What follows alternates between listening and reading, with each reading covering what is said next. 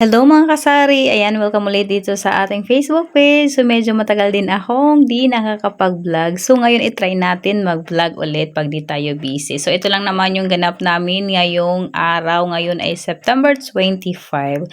And medyo medyo wala masyado nabili sa tindahan. Kaya, ayan, nag-display muna kami ng mga paninda naming mga plastic or mga cellophane. So, ganyan lang po kami mag-display ng aming mga panindang mga cellophane dito sa aming tindahan. Ayan, ginagamitan lang po namin yan ng mga tali na galing sa groceries. Alam niyo naman yung mga tali, di ba? Yung nasa box na binibili natin. So, yan, ginagamit namin para gawin kong tali. Yan, ganyan ako magsabit.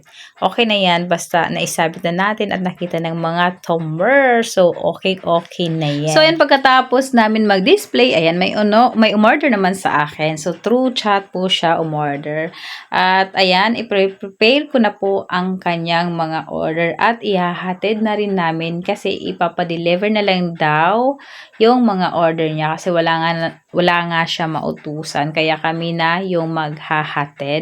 So, minsan ginagawa naman talaga namin yan, yung mag-deliver. Kasi minsan yung iba naming mga customer ay wala silang mautusan. Kaya pinapa-deliver na lang nila. So, okay lang naman sa amin na mag-deliver kasi malapit lang naman dito sa lugar namin yung mga customer namin. So, okay lang yan. At least, may benta pa rin kami ngayong araw.